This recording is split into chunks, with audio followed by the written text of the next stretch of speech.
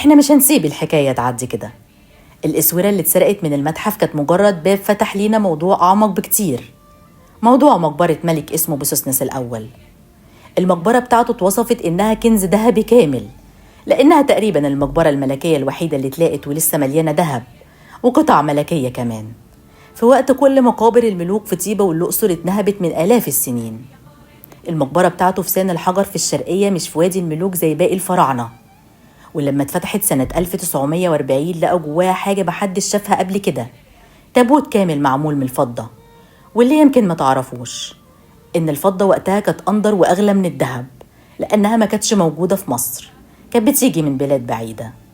في ملوك اتعرفوا بقوتهم، وفي ملوك اتعرفوا بحروبهم، لكن بسوسنس الأول اتعرف بحاجة أغرب من كده، إنه الفرعون الفضي. المقبرة كانت مليانة كنوز ذهبية، تيجان وأقنعة ومجوهرات وإسورة من أندر ما يكون، منها الإسورة اللي حكينا عنها قبل كده، اللي اختفت من المتحف كأنها اتدخنت.